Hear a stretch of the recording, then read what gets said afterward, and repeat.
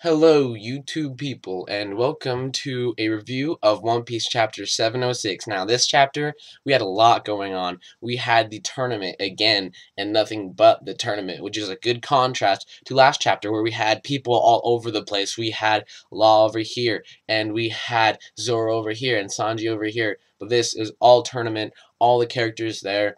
Luffy, his adventures there, and we had a lot of information on Bellamy, a lot of exciting stuff, a lot of I have a lot of opinions changed because originally I thought Bartholomeo was for sure going to win his block, but Bellamy, holy cow, apparently he's beast moded it up. Not to mention going to Skypia, freaking Skypia, because it reads in the manga on one of the panels, the man who brought back Golden Pillar, and right away I thought Skypia, because when they broke, well, not broke it, but when Luffy hit the bell to let everybody know, there was a pillar that broke off that he let the people keep. Now, did Bellamy actually make the Sky Island, or did he get one of the remains, or what did he do? Did he just trash everyone at Skypia, like Wiper and God? His name is Ganfall. Yes, the dude. He actually looks a ton like Luffy right now in his armor with the beard, and he rode the shape-shifting horse that with wings and stuff. I don't know, the spotted thing. But maybe he just trashed everyone there, for all I know. But I still have yet to figure out why Doflamingo spared him, because in the one episode, I thought it made it pretty clear that he was dead. So this is all surprising. And when we first got reintroduced to him, it just said he had a bounty of over 100 million. I didn't think over 100 million would mean pretty much 200 million. So this guy is talking business. I mean, he is huge. He looks scary, and all the other people are scheming against him. We have, sorry, I like choked on air right there. That was weird. But everyone else is scheming against him. We have the Eggman looking dude, Dagama, Fighting King, Elizabello, bunch of other people. They create this little group, and they're all fighting, and everyone else is like, what? Like, why? That doesn't make. And while I do agree that them creating this little group fighting against everyone takes out some of the fun of the tournament and takes out some of the reality of the tournament, how else are they going to make it against people like Bartholomeo and Bellamy, among tons of strong people? Because these people are the strongest people out of the countries, and they're sending them over here, and I do believe that group taking on Bellamy would win. Like, yeah, I'm sure Bellamy is beast and Bartholomeo, but you have that many insanely strong people, because we've already been introduced to them, and they all have, bounties, or are well known by people for certain events, things they do, traits they have, and they are all there. I really hope Kobe is on one of the battleships on the way to Dressrosa to stop Doflamingo, and just, oh, it's going to be so crazy. I just can't wait for all the chaos. Man, I think it will come down to once we get all the blocks done and we have those 4 people, narrowed it down to them. And I don't know how that's going to work out. Like, do those 4 fight the first 4 of the Doflamingo family, and then maybe the winner of all that fights Diamante to be the champion? It's possible. We don't know. I want to see how that works out, but my personal belief is that this tournament is going to be like the Chunin exams in Naruto, for those who know what I'm talking about. And that they have these fights going on, but there's like a conspiracy going on at the same time. Like in that, we had Orochimaru, and he dressed up as the Kazekage, and, in order to carry out his plan to assassinate Hokage and, do some damage to the village of Konoha. And in the tournament, it wasn't able to finish completely. I believe that's how it's going to be in this tournament arc because of several reasons. One, we have already so much going on. We have Frankie looking for the factory, which could be really in related to the Coliseum. A lot of people saying it's underneath it. It's possible. Makes a lot of sense. We have all these fighting people. We have people in the crowd. I know Fujitora is not there anymore, but just insanity. And we have a bunch of people going to Green Bit or Green Pit, different translations. And so that's going to be crazy in itself there. But the tournament might be stopped because we have all these battleships coming in, and then we have CP0, CPO, whatever, and we have just all these clashing things. And I think just at the speed, everything is coming together right now. We have Law's group just like coming together, and Fujitora and Doflamingo, they're coming over here at Green Bit, and then everyone else is coming over here in the Coliseum. I think CP0 might be headed there. The battleships are headed there. No doubt some, vice admirals or people we've seen before. I don't think we'll see any other admirals. That'd be too much, in my opinion, but this will be crazy. Then again, he did say, I think Aokiji did say this would be the hardest thing Akainu, Sakazuki, the Fleet Admiral, will have to deal with so far in his 2-year reign as Fleet Admiral. So this may be more intense than we come to be. And in Doflamingo, we still don't know the full extent of his powers. This is going to be interesting. This is going to be very interesting, and I can't wait to see where this takes. Now, I want to talk about Bartholomeo because, one, I pictured him a little bit differently. I don't know if that happened to you guys as well. Just in my mind, I didn't really see him looking like that. I couldn't.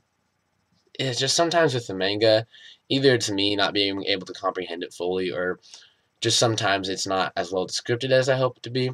But he threw this little bomb thing into the crowd because everyone hates him. He is the #1 on the pirate.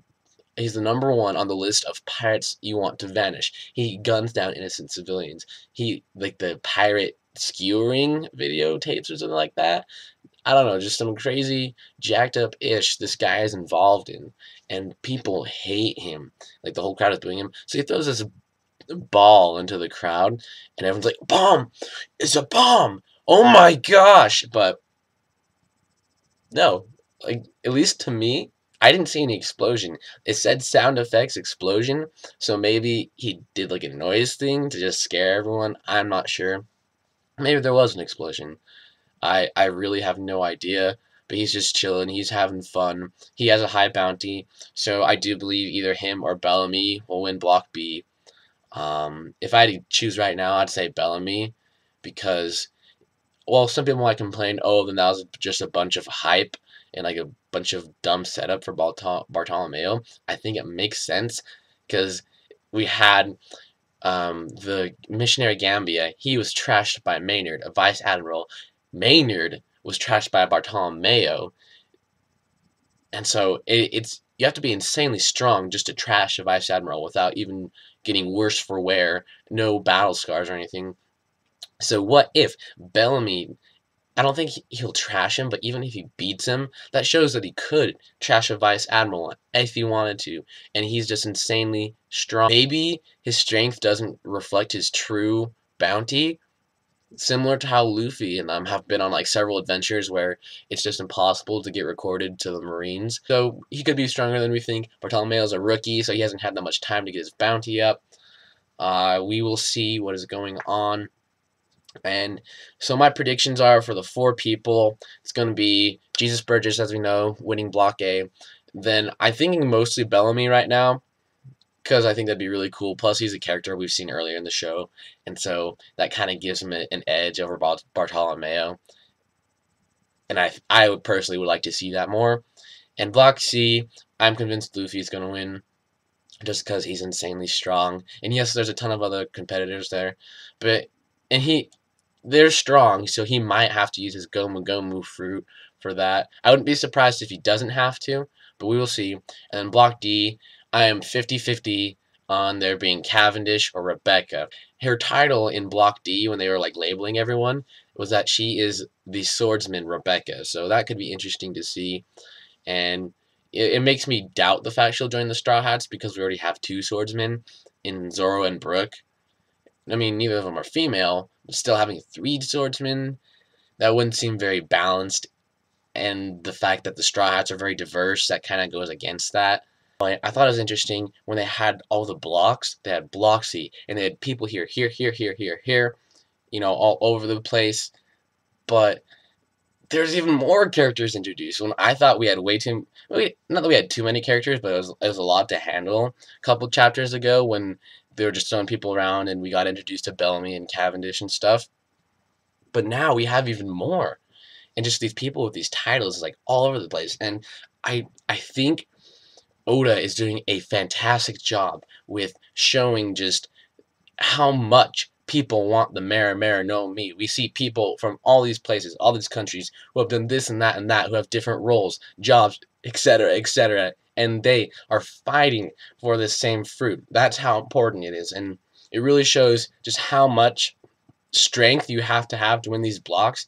The diversity of the people here, just everything that's going on, and just how much of an obstacle it is to really get there, and how many people you have to beat out. This is like the March Madness of Dressrosa, so to speak, because there's so many losers and very few winners in the end. So I'm really excited to see where this goes. Let me know what you guys thought. And also, a new intro. If you guys liked it, let me know. If you don't like it, let me know what you don't like about it. We'll see. And I am currently working on an AMV. And I'm not going to tell you what it's about yet, but once I hit 15 subscribers, I will release it. And by that time, I should be done. So it is looking very good. I am putting a lot of effort into it. I have already put almost 10 hours into it, and I'm about a third of the way done, perhaps. And it's looking so good. I'm really happy. And this is going to be my first AMV. So if you are not subscribed and you want more content, I'm going to be coming out with AMVs, reviews, discussions, predictions, all One Piece. I'm considering doing Attack on Titan because that looks like an interesting show. But then again, everyone else is too.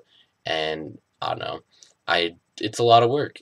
And we'll see where this takes me, but I am really looking forward to the next couple of chapters, and just because I want to see what's going on with everyone else, and CP0, and Kinemon, he kind of got captured, or he's looking for Kanjuro with these other people. I do believe it's CPO, just because they're all wearing masks, and the girl had the blue no hair, the little half moon thingy, but we will see. I am excited to go just explore, because we have yet to really see what Green Bit is, the fighting fish. We have Sanji, and he might continue getting lucky with Violet. That would be interesting, and I'm so happy when I see this happening for him, because he deserves this. He really does. Zoro, will he get his sword back? And what is going on with the fairies? And the biggest cliffhanger, I think, of last week's chapter was, who the heck is on the ship? Is it another fairy? Is it someone we know? Is it someone we're going to be introduced to? I want to find out who's on the ship, and because they're scaring the frick out of Nami, Brook, not Momonosuke, and Chopper. Yeah, that's everyone. Yeah, not Kinemon, Momonosuke, but we'll see. I want to see where that goes. But hey, thanks for watching. Rate, comment, subscribe. Leave me your thoughts below, and have a good day.